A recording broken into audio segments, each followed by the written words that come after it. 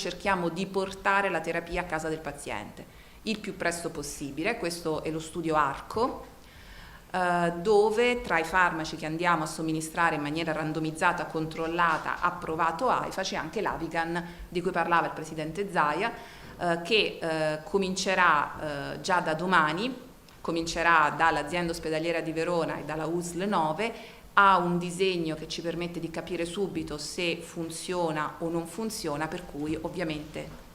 includeremo tutte le altre aziende il più presto possibile nel nostro protocollo. Il Veneto in prima linea nella ricerca di terapie per la cura del Covid-19. Evelina Tacconelli, ordinario di malattie infettive e tropicali all'Università di Verona, ospite del presidente Zaia nella sede della Protezione Civile Regionale di Marghera, fa il punto sulla sperimentazione di farmaci per curare il coronavirus. Farmaci diversi a seconda della fase della malattia, iniziale, intermedia o avanzata. Per esempio lo studio dell'Organizzazione Mondiale della Sanità che coordiniamo come Università di Verona, che si chiama Solidarity,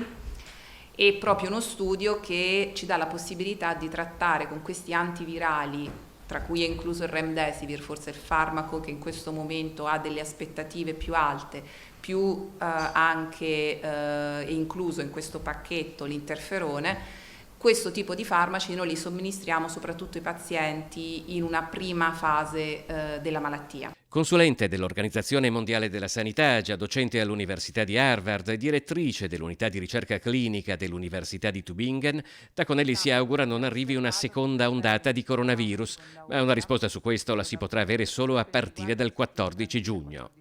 Un terzo filone di ricerca in Veneto è legato ad uno studio innovativo che ha un solo paragone negli Stati Uniti. Unisce per la prima volta un antivirale come il Remdesivir con gli immunomodulatori, quindi con farmaci, per capirsi, quelli che si utilizzano per alcuni si utilizzano per l'artrite reumatoide o per altre patologie reumatologiche, in cui noi combattiamo il virus e contemporaneamente abbassiamo le difese dell'organismo per evitare che ci sia una iperreazione.